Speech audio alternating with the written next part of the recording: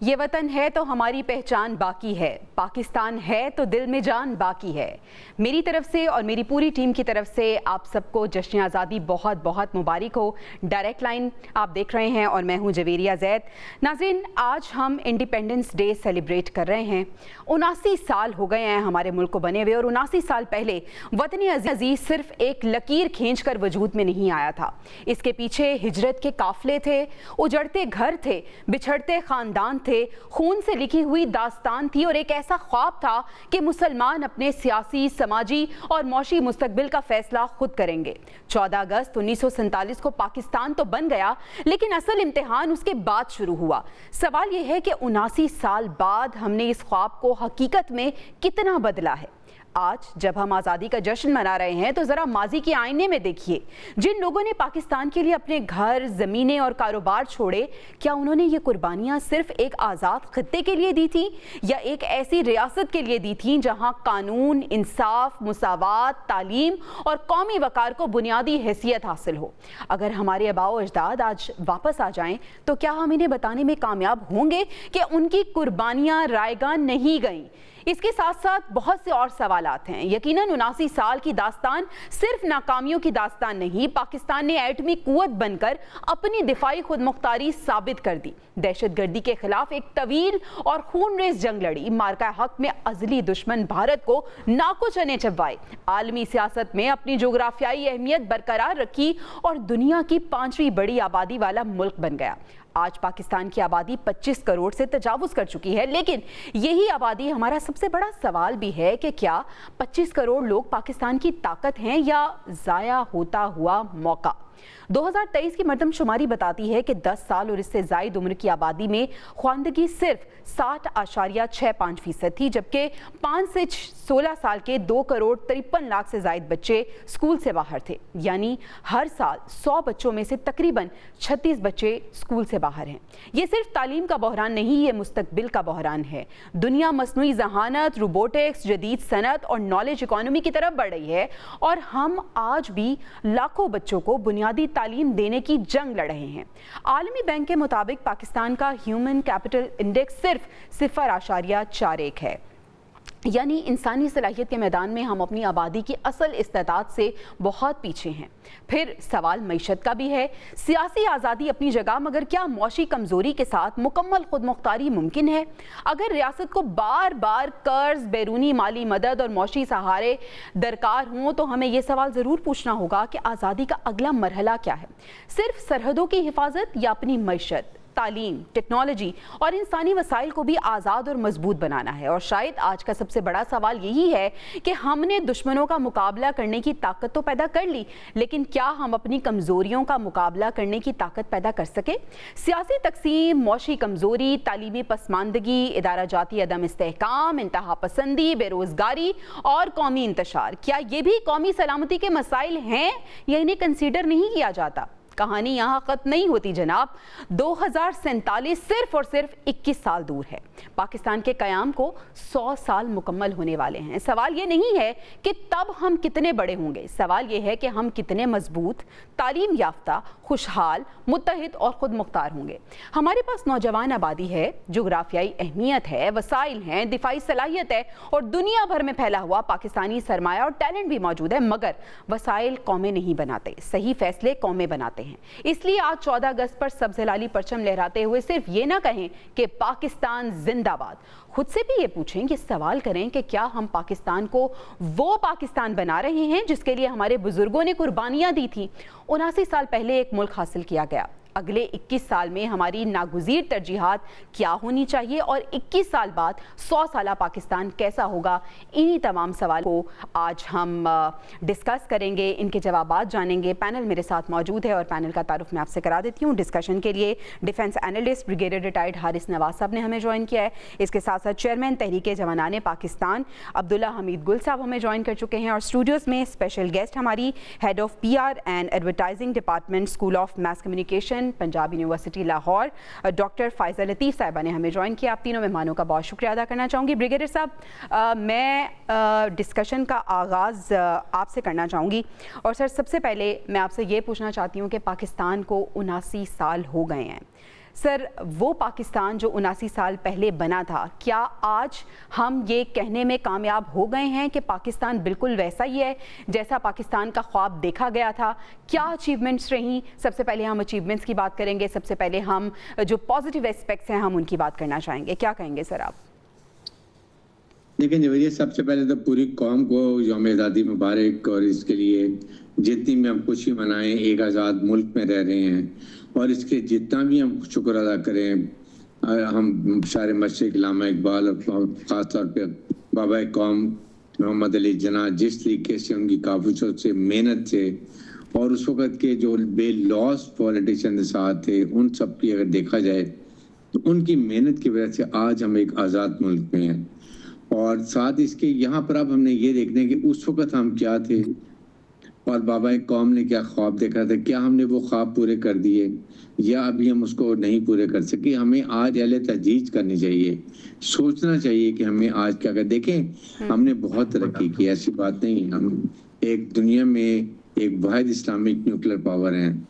ہماری فوج بہت لڑاکا اور پروفیشنل ہے، اور اللہ کا شکر ہے کہ ہماری فوج نے ہمیشہ ہماری ٹیریٹریل باؤنڈری کی، جغرافیکل باؤنڈری کی حفاظت کی اور کر رہی ہے، اور پوری عوام اپنے فوج پہ ٹرسٹ بھی کرتی ہے. یہ بھی بات ٹھیک ہے، لیکن اس کے ساتھ اور ہم نے بہت اچھی چیزیں ہیں جن میں ہم نے آپ ترقی کر سکتے ہیں. ان کو ہم نے آج یہ عہد کرنا چاہیے، عہد تجدید، کہ ہم نے ایک سال کے اندر، اگلے سال میں ہم نے کیا کرنا ہے. ہماری یوتھ کے 65% یوتھ ہے، ان کے لیے اچھی ایجوکیشن ذرائع اور education for every one, not کہ ایلیٹ کلاس کے لیے، وہ کیسے کرنا ہے.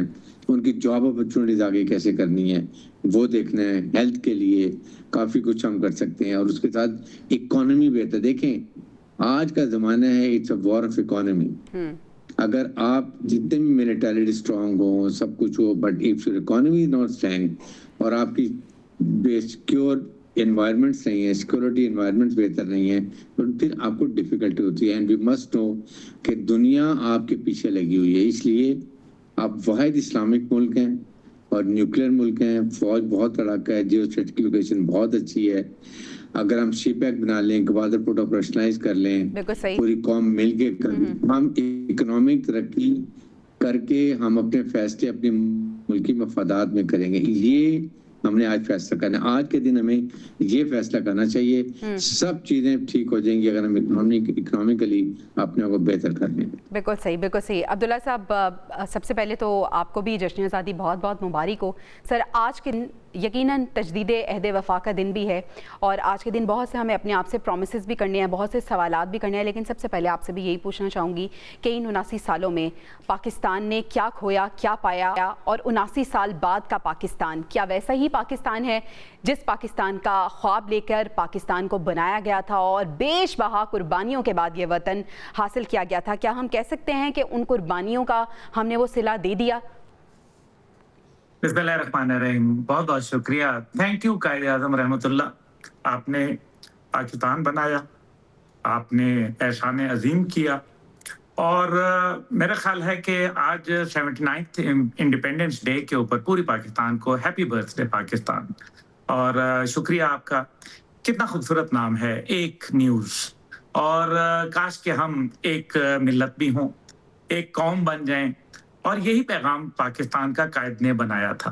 اور یہ قوم جس دن ایک بن جائے گی، میں بل گیٹس صاحب سے ضرور اتفاق رائے رکھتا ہوں کہ ٹھیک ہے ہمارے معاشی مسائل حل ہو جائیں گے تو ہم بہت اچھے ہو جائیں گے، لیکن معیشتوں کے اوپر قومیں نہیں بنا کرتی.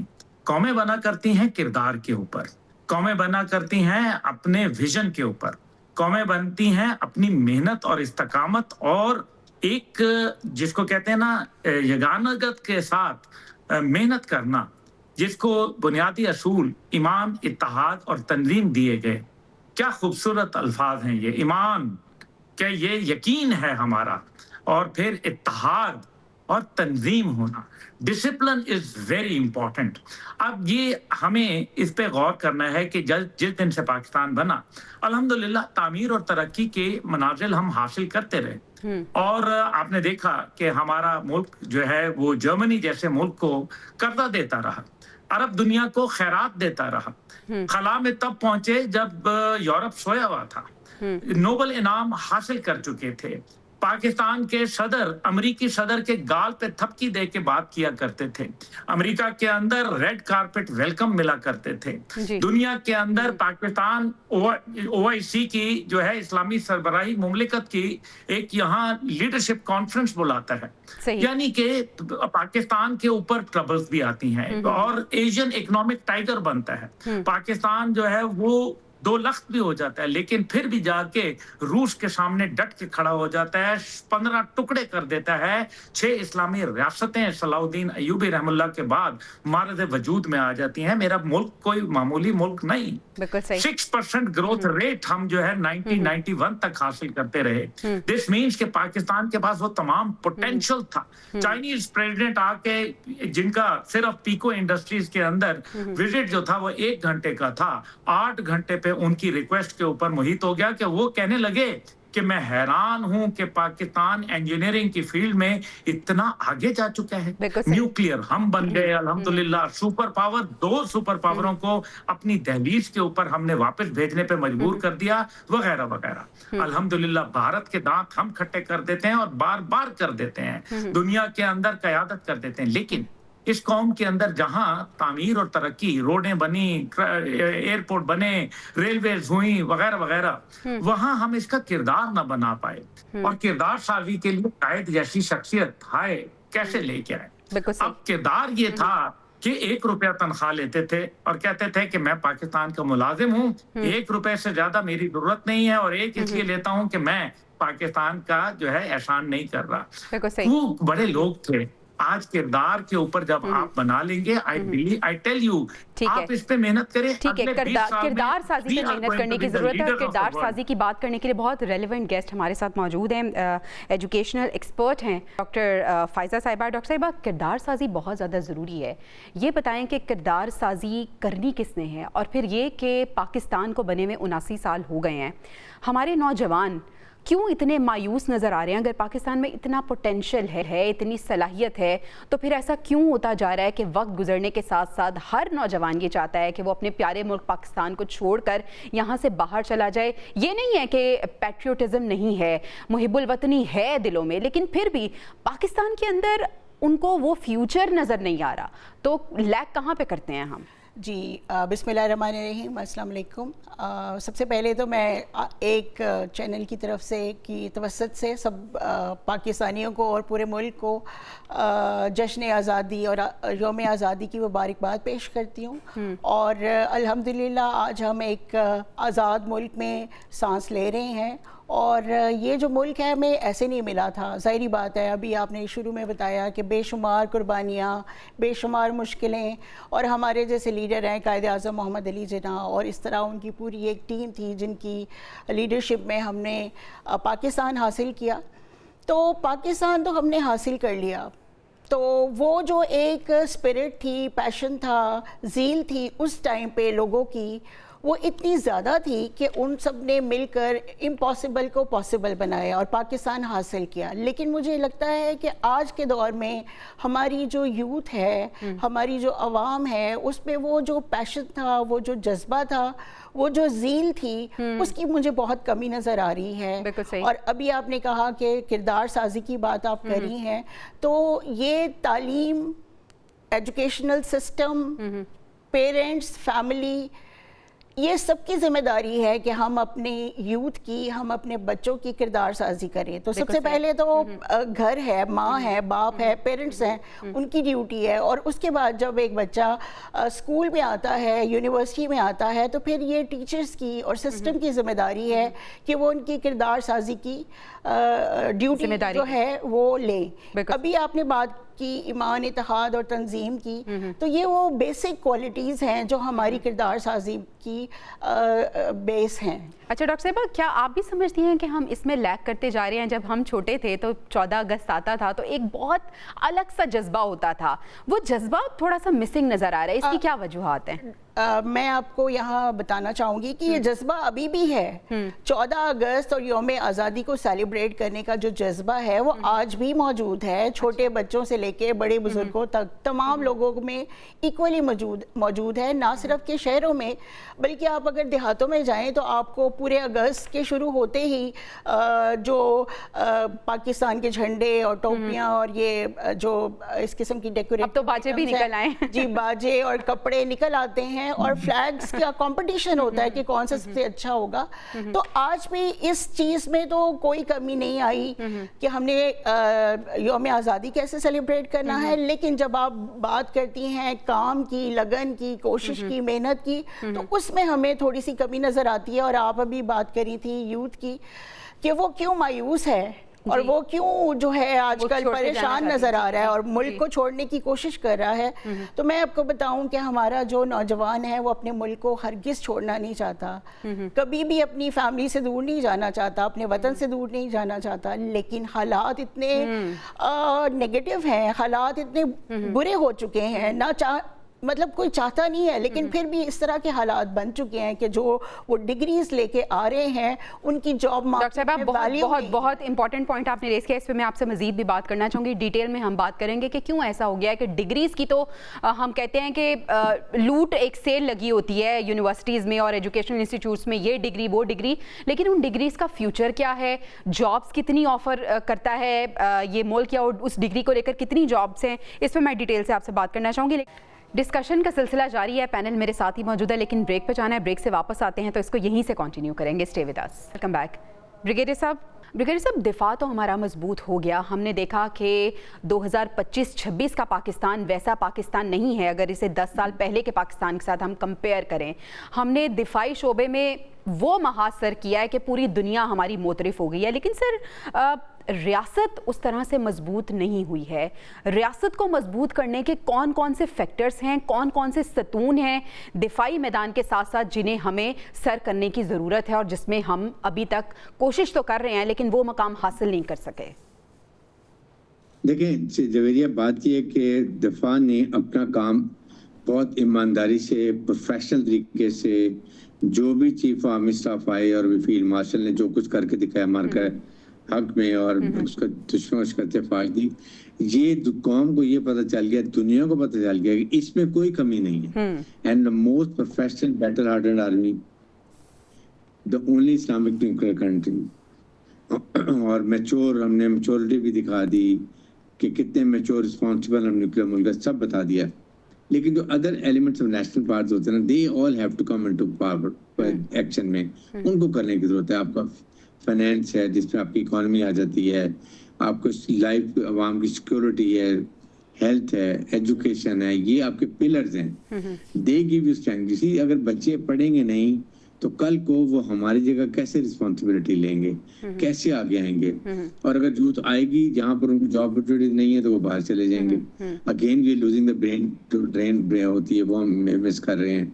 ये चीजें बहुत अहम है। इसके लिए आपको मुल्क में पॉलिटिकल कंसेंसस होना चाहिए, विक्टिमाइजेशन नहीं होनी चाहिए। आप एक पॉलिटिकल पार्टी जीती है, दूसरी पार्टी को उसको एक्सेप्ट करना चाहिए और फिर स्ट्रॉन्ग ऑपोजिशन का रोल, जमहूरियत का हुस्न है वो आप उसको वहाँ जमहूरियत में क्रिटिसाइज करें, ऑपोजिशन में बैठे वो हम उसको करें और पॉजिटिव उसको लेके चलें और कंसेंसस रखें। ये बहुत जरूरी है जो हम मिजरेबली लैक करें, जिसकी वजह से आज हमने इतनी बड़ी कामयाबी लेने के बाद, मार्का हक के बाद, फील्ड मार्शल ने जो हमारे लिए किया, फिर ये हमने मार्का पीस में भी हमने देखे इस तरीके से अमन की चीज की कोशिश की और हमने इस्लाम रिकॉर्ड किया।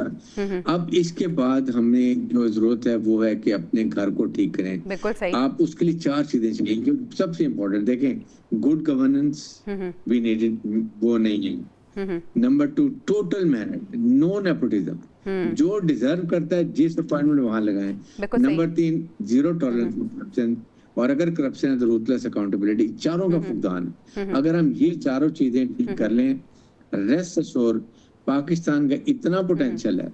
आप डिस्पाइट ऑल दिस एनोमलीज हम अगर सरवाइव कर रहे हैं, आप सोचेंगे अगर हम ये चीजों में ठीक हो जाएं तो हमारा मुल्क कहाँ से कहाँ जाए। बिल्कुल सही ब्रिगेडियर साहब, आपका पॉइंट बिल्कुल वैलिड है, मैं बिल्कुल अग्री करती हूँ। अब्दुल्ला साहब क्या कहेंगे आप, एटमी ताकत हम बन गए, फिर हमने देखा कि दिफाई मैदान में हमने वो कारनामा सर अंजाम दिया कि पूरी दुनिया, इवन के हमारे नाकदीन भी हमारे मोतरफ हो गए हैं। लेकिन सर हम जिन पॉइंट्स में लैग करते हैं, जैसे ब्रिगेडियर साहब ने भी जिक्र किया कि हम अपने घर को ठीक उस तरह से नहीं कर सके क्योंकि हमारी वो यूनिटी नहीं है। सर एक तो मुझे ये बताइएगा कि मार्का हक के बाद का पाकिस्तान कैसा है और इस अपॉर्चुनिटी को हमने किस तरह से प्रॉपर्ली अवेल करना है?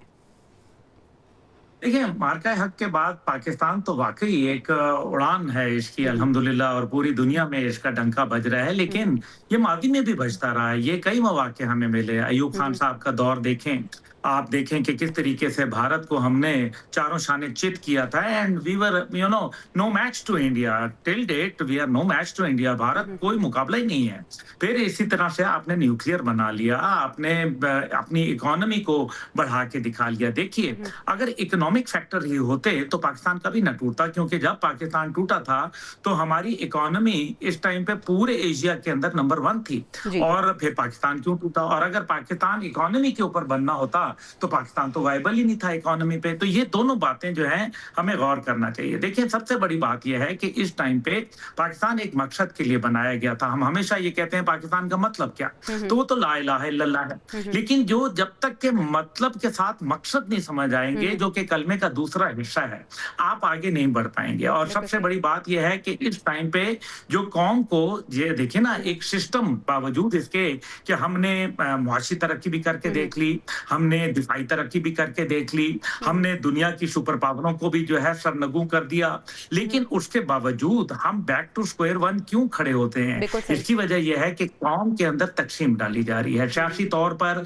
तकसीम डाली जाती है, मजहबी तौर पर तकसीम डाली जाती है। कौम को यूनाइट करने की जरूरत है, because united we rise and divided we fall. और सबसे बड़ी बात उसके लिए सियासी क़यादत को जो किरदार अदा करना है कौम को इकट्ठा करने का। लेकिन ये जो हमारा मौजूदा पॉलिटिकल सिस्टम है, ये डिवाइड एंड रूल के ऊपर बेस्ड है। ये लोगों को तकसीम करता है वोट की बुनियाद के ऊपर, नस्ल की बुनियाद के ऊपर, कौमियत की बुनियाद के ऊपर, रंग की बुनियाद पर, बरादरी की बुनियाद के ऊपर। ये जब आप यूनिटी करेंगे, फिर सबसे बड़ा इसमें फैक्टर आपका रोल अदलिया का जो है, जो इंसाफ फराहम करे। इससे मुबर्रा के कौन किसका है, कोई अगर किसी ताकतवर का बच्चा है या कोई गरीब का बच्चा है, उसके लिए बराबर कवानीन जब तक कि आप नहीं देंगे, मुआशरे के अंदर एक सेटिस्फैक्शन नहीं आएगी, नौजवान के अंदर इस्तराब बढ़ता चला जाएगा। और फिर पाकिस्तान की जो बुनियाद है उसको समझने की जरूरत है। देखिए, हम जो है वो पाकिस्तान को, जो हमें निजाम चाहिए था, यानी कि जो पाकिस्तान पॉजिटिव हो,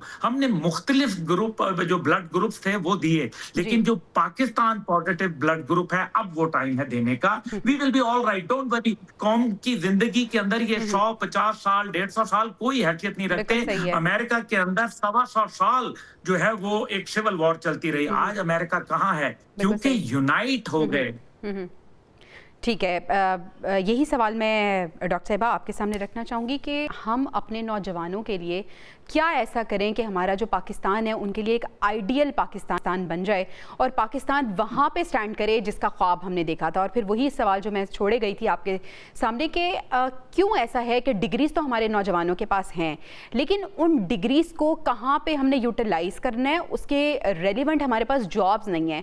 तो क्या फिर ये सिस्टम का फेलियर नहीं है? हम क्यों ऐसी डिग्रीज़ ऑफर करते हैं नौजवानों को जिसमें वो 4 साल 6 साल लगाते हैं, लेकिन जब वो डिग्रीज़ लेकर निकलते हैं तो मायूसी होती है क्योंकि जॉब्स ही नहीं है हमारे पास। जी बिल्कुल, आपने सही कहा कि पिछले सालों में आप देखें तो बहुत सारी पाकिस्तान में यूनिवर्सिटीज़ ओपन हुई, बहुत सारे कॉलेजेस हैं, मेन शहरों के अलावा छोटे शहरों में भी अब तो यूनिवर्सिटीज़ ओपन हो गई हैं। लेकिन वहाँ पर जो सब्जेक्ट्स ऑफ़र किए जा रहे हैं, जो प्रोग्राम्स ऑफ़र किए जा रहे हैं, उनको किसी बाकायदा प्लानिंग या असेसमेंट के बाद उसको सेलेक्ट नहीं किया गया। बिल्कुल सही। वो पुराना जो चला आ रहा था सिस्टम, उसी को कंटिन्यू किया गया, जबकि वक्त के तकाजे बदलते जा रहे हैं और हमारी जो सोसाइटी है, जॉब मार्केट है, उसकी डिमांड्स और रिक्वायरमेंट्स भी बदलती जा रही हैं। इसकी तरफ हमारा ध्यान नहीं है। AI का दौर है, अब तो AI का दौर है। और आप देखें कि जो पिछले सालों में डिग्रियां लेके निकले हुए हैं बच्चे, उनको आज जॉब नहीं मिल रही, और जॉब ना मिलने की वजह से वो एक बहुत ज़्यादा माशी मसाइल का शिकार है।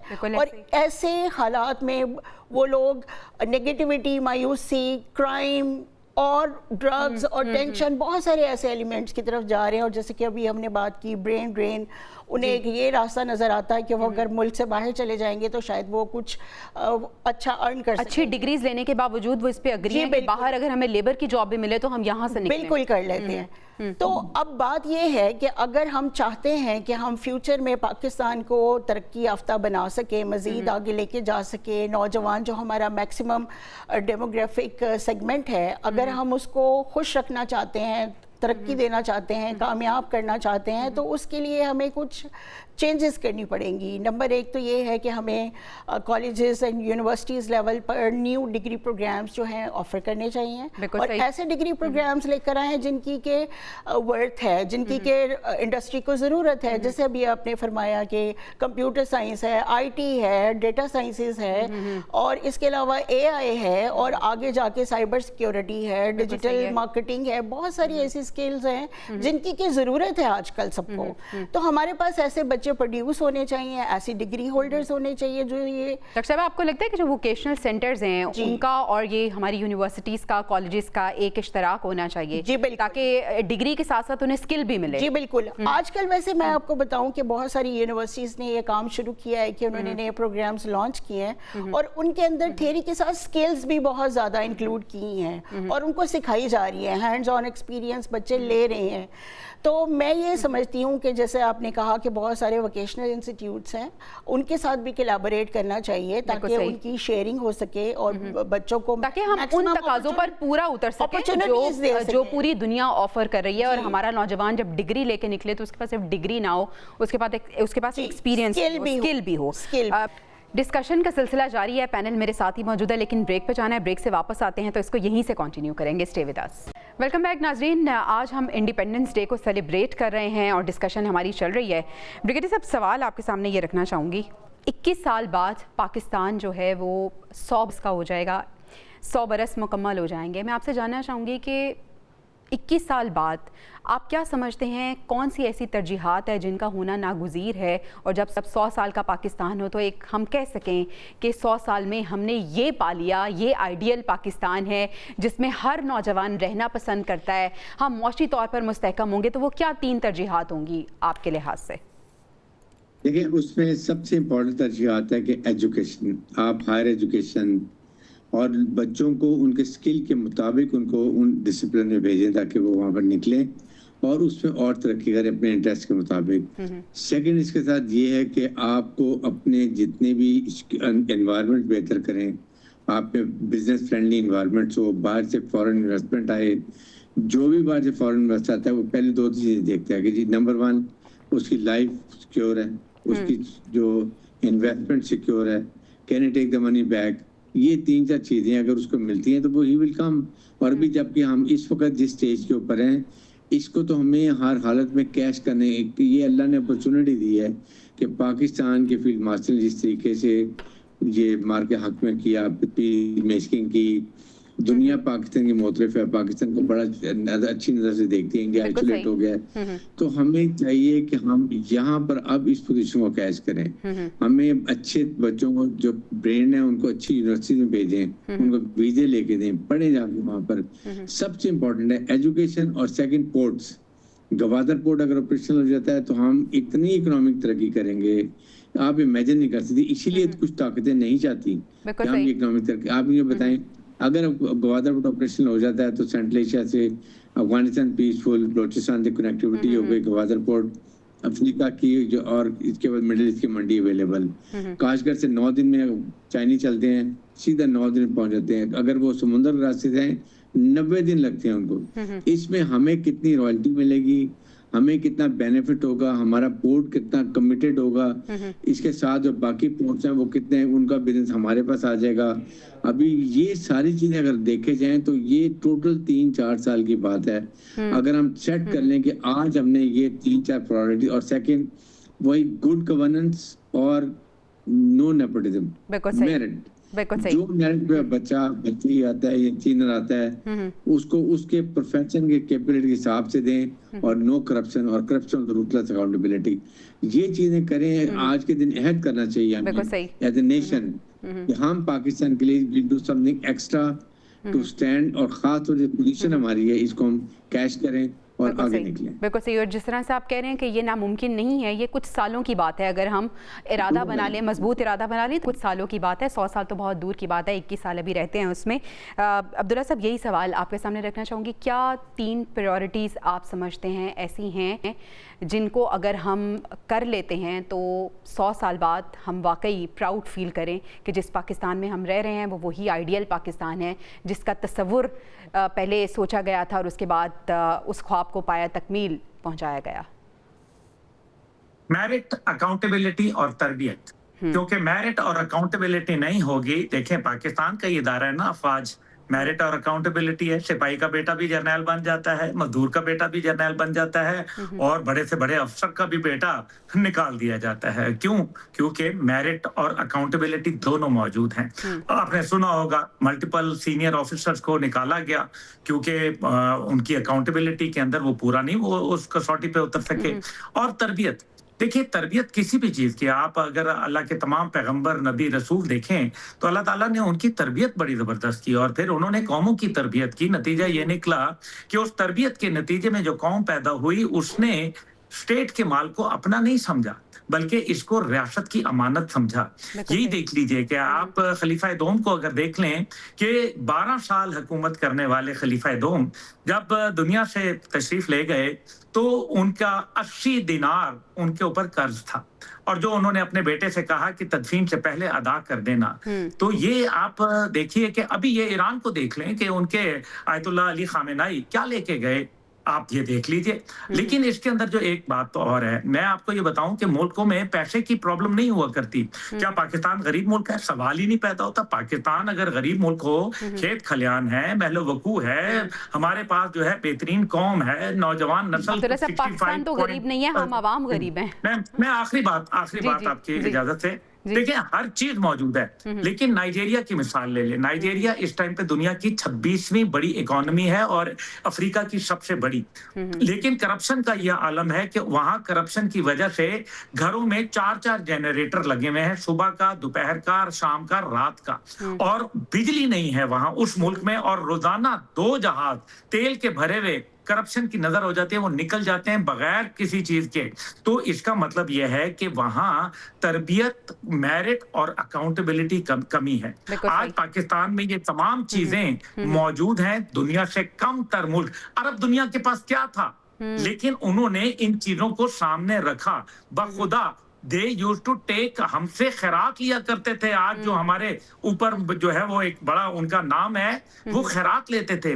We are not a weak country, we are a very strong country. All we need to do कि हमें जो है निज़ाम इंसाफ और अदलिया को मजबूत बनाना है। बिल्कुल सही सर, आपका पॉइंट आ गया। डॉक्टर साहबा, आप क्या कहेंगी? आपके ख्याल में क्या 3 तरजीहात पाकिस्तान की सबसे पहले मेरी ख्याल के मुताबिक जो पहली तरजीह है वो ये है कि हमारा जो पाकिस्तान का ह्यूमन कैपिटल है उसको मयारी तालीम, सेहत और तरबियत जो है, हर तरह की जो फैसिलिटीज़ हैं, जो उनका बेसिक राइट है, उनको वो पहुंचाना चाहिए। तालीम जो है वो क्वालिटी हो और एक्सेस भी उसकी सबके लिए हो, और हमारा एक सिस्टम भी एक ही हो ताकि हम जो तबकाती सिस्टम है तालीम के अंदर उसको ख़त्म करें और बुनियादी मसला ख़त्म करें। तो ये जो ह्यूमन कैपिटल की डेवलपमेंट है वो सबसे पहला हमारा बुनियादी तरजीह होनी चाहिए ताकि लोग जो है वो पीसफुल रहें। नंबर 2 बात ये है कि हमारी जो मईशत है उसको स्ट्रॉन्ग बनाने के लिए हमें कुछ करना होगा। उसके लिए मेरा ख्याल है कि जो नॉलेज बेस्ड इकोनॉमी है उसका कॉन्सेप्ट सामने लाना होगा, और हमें अपनी एजुकेशन में इन्वेस्ट करना होगा। अभी हमने बात की उन न्यू चैलेंजेस को फेस करना होगा, रिसर्च, इनोवेशन, एंटरप्रेन्योरशिप और डिफरेंट जो स्किल्स हैं, हुनर हैं, वो अपने बच्चों को देने होंगे, सिखाने होंगे ताकि वो एक सक्सेसफुल एंटरप्रेन्योर भी बन सके और वो अपना कोई इदारा भी बना सके। सिर्फ वो गवर्नमेंट की जॉब्स पे इंतज़ार ना करे उनका, बल्कि वो जॉब देने वाला बन जाए। और तीसरी तरजीह मेरे ख्याल में ये है कि हमें अपने اداروں کو مضبوط کرنا ہے, اس میں ہمارے جو پولیٹیکل سسٹم ہے اس کو بھی اسٹرانگ کرنا ہے, تاکہ وہ جو انکنسسٹنسی ہے وہ ختم ہو جائے. وہ جو تھوڑی تھوڑی دیر کے بعد میں رکاوٹ آتی ہے, پہلی پالیسیاں بدل دی جاتی ہیں, پھر نئی پالیسیاں, تسلسل ہونا چاہیے, تسلسل ہونا چاہیے. تو میرا یہ کہنے کا مقصد یہ ہے کہ ہمارے جو ادارے مضبوط ہوں گے, سسٹم مضبوط ہوں گے, تو ڈیفینیٹلی ہم لوگ گرو کریں گے. ہمارے جو ٹیکس کا سسٹم ہے, اس کے علاوہ جو ہماری سوسائٹی میں جیسے ذکر کیا گیا کہ کرپشن بھی ہے, ڈفرینٹ ادر مسائل بھی ہیں, نیپوٹزم بھی ہے, فیورٹزم بھی ہے, تو ان تمام چیزوں کا جب تک ہم خاتمہ نہیں کریں گے, ٹرانسپیرنسی نہیں ہوگی, فیئر نہیں ہوگی. دیکھیں آج کا بچہ اس لیے بھی مایوس ہے کہ اس کو وہ ٹاپر ہے, وہ زیادہ نمبر لے کر آیا ہے, اس کے اندر زیادہ سکلز ہیں, لیکن جب وہ جاتا ہے تو پتہ چلتا ہے وہ ایک اور ایسے بچے کو رکھ لیا گیا جو اس سے بہت پیچھے تھا میرٹ میں یا کہیں اور, لیکن اس کا ریفرنس تھا. تو ان ریفرنسز نے بھی ہمارے ہاں بہت سارے مسائل پیدا کیے. بالکل ایسا ہی ہے. تو یہ ہماری ترجیحات ہوں گی. بالکل صحیح, بالکل صحیح, آپ کا پوائنٹ آ گیا. پروگرام کا اختتام کرتے ہوئے میں آپ تینوں سے ایک ایک میسج لینا چاہوں گی. بریگیڈیئر صاحب, سب سے پہلے آپ کی جانب آتی ہوں. آج ہمارے پلیٹ فارم کے توسط سے آپ کیا میسج دیں گے انڈیپینڈنس کے حوالے سے؟ دیکھیں, پوری قوم کے لیے میری ایک میسج ہے کہ آج ایک عہد کر لیں کہ ہم نے ایز اے قوم رہنا ہے, یونائٹڈ رہنا ہے, دشمن نیریٹو کو جو فوج اور عوام کو ڈیوائڈ کرنے والا اس کو ڈیفیٹ کرنا ہے, اور پاکستان کو ہم نے ایک پوزیشن میں آ گئے ہیں, اس کو کیش کریں اور اکنامک ترقی کریں, پراسپیرٹی میں, اور پاکستان اور اپنے ملک کے لیے سوچیں. پاکستان ہے تو ہم ہیں, بس this is the message I give it. بالکل صحیح ہے. عبداللہ صاحب, کیا میسج دینا چاہیں گے, کیا پیغام دینا چاہیں گے آج کے دن کے حوالے سے؟ اندھیرے کو کوسنے کے بجائے اپنے حصے کی شمع جلائیں, چھوڑ دیں کہ دوسرا کیا کر رہا ہے, آپ یہ دیکھیں کہ میں کیا کر رہا ہوں. اور انگریزی میں صرف یہ کہوں گا کہ there is no greater glory than to fight fearful odds for the honor of your country and the glory of God. زبردست. ڈاکٹر صاحب, آپ کیا میسج دینا چاہیں گی؟